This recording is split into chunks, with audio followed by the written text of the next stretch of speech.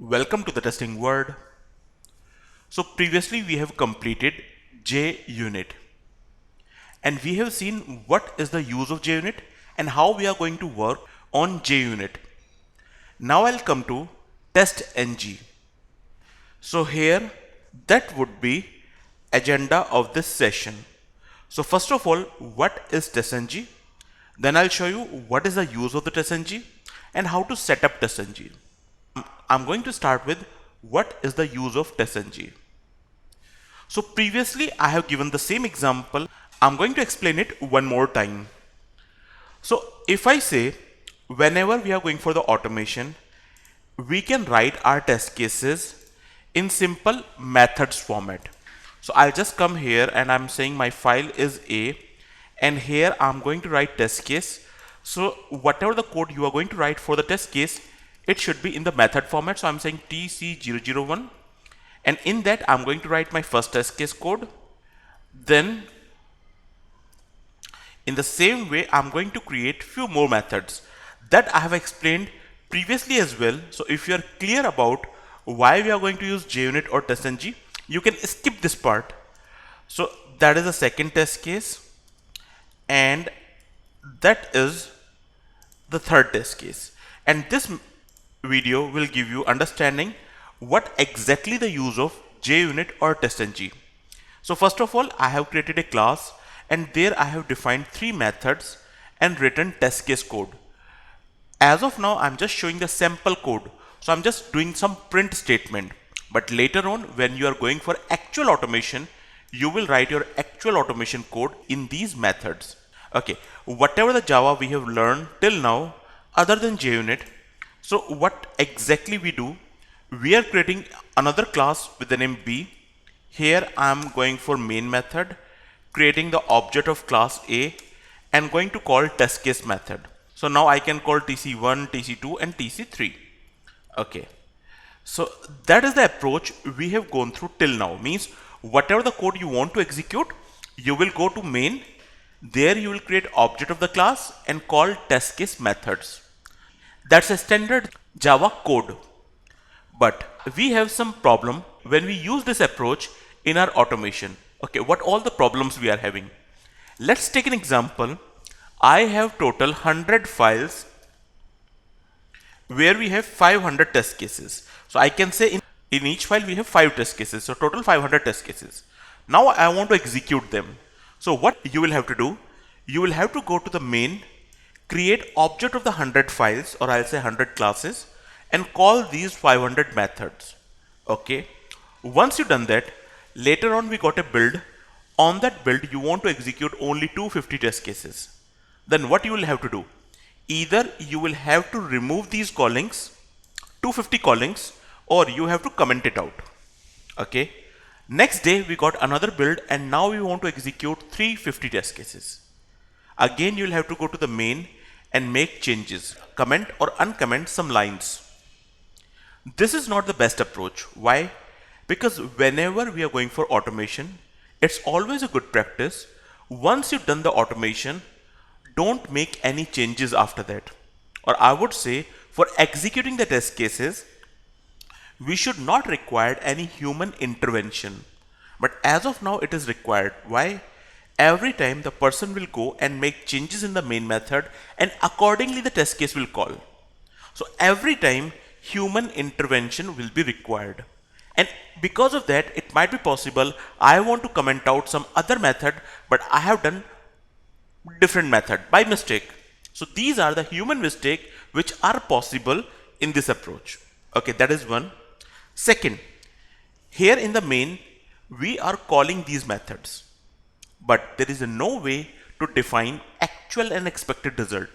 Means if you think about manual testing, in manual testing, each test case have some actual and expected result. We compare them. If it is compared, it is passed, else it is failed.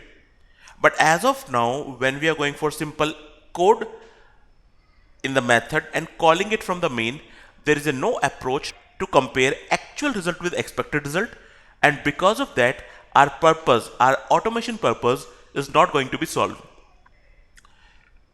Third is At the end of the execution, I want to report where it will show how many test cases are passed, how many failed. If failed, then why. That kind of option is not available when we use main. So these are the three problems I would say every time. For execution, manual intervention is required.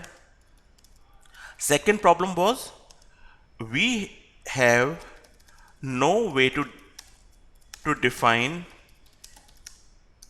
and compare actual result with expected result. And third is no way to generate report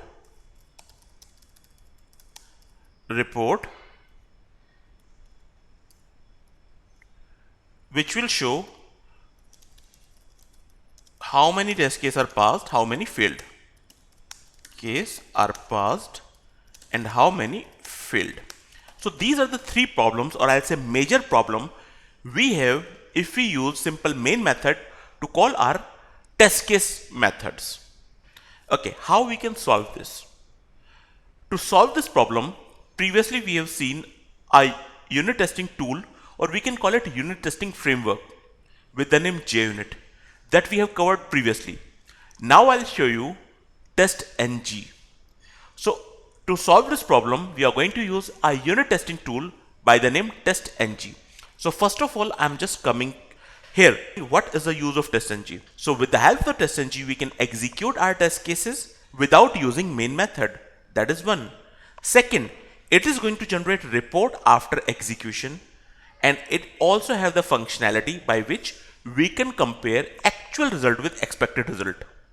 So what is TestNG? TestNG is a unit testing tool or unit testing framework for Java, with the help of which we can execute our code without main method. So if you understand this definition, it's a unit testing tool for Java. Means when Java developer are doing unit testing, so it's going to execute our test case without main method. So now we got a simple definition of TestNG. It's a unit testing tool, or we can call it unit testing framework. Okay, later on I'll explain why we call it is a framework. So it's a unit testing tool or framework for Java. With the help of the TestNG, we can execute code without main method. And what is the use of TestNG? So it's going to execute our test cases. That is one. It will provide functionality by which we can compare actual result with expected result. That is second. And third, it is going to generate some reports as well, which will show you how many test cases are passed, how many failed. So these are the three advantages we are getting as of now, but later on I'll show you few more advantages when we are using TestNG. Okay, now comes to how to set up TestNG. So previously we have seen if you want to use JUnit, we need not to go for any setup. Why? Because in Eclipse, JUnit is coming by default, but TestNG is not coming with Eclipse, so we have to install it. First of all, I'm moving to Eclipse, and you can just right click on any project and check. If you are getting TestNG option over here, means you have TestNG. If you are not getting, then skip it. Okay, how to install? Go to the help, Eclipse Marketplace. You should be connected with the internet because it's going to download TestNG files. So I'm just moving Eclipse Marketplace, and here I just write TestNG. Okay, it will search out of the complete plugins. It will search for the TestNG. It give me option TestNG for Eclipse. Yes, I want to install it. Just click on the install. It will take some time to download the files and install it. I'm just waiting here. Yeah, so now on the next screen, I'll just keep these checkboxes on, confirm. Now it will start downloading the files. You can check it here at the bottom. So download is going on. So you must have internet connection, and it could take some time, depend on the network speed you are having. Let's wait. I'm just pausing my recording over here. Now we are on the next screen. Just click on the confirm. It will go for installation, accept license, and finish. So now it will take some time in the installation. Previously it has downloaded all the required files. Again, I'm pausing this recording. Once it will be complete, it will ask for restart Eclipse. So then we can restart and check it is installed successfully or not. But as of now, until this process is completed, we just need to wait. So I'm just waiting and pausing this recording. Here we got a warning, so just click on OK. And now it is almost going to be completed. Yeah, so it is completed. Now it is asking for restart Eclipse. I'll just say yes. Now Eclipse will be restarted and we can check TestNG installed successfully or not. So let it restart. Yeah, so it is going to restart. Okay. After restarting, I have to check it is installed successfully. Okay, so once started, just right click on any of the project. If you started to get this option, means yes, TestNG installed successfully. So here in this session, I have explained what is TestNG, why we are going to use, or what is the use of TestNG in automation, and how to set up TestNG. In next session onwards, I'll show you how we can use TestNG for writing and executing our test cases.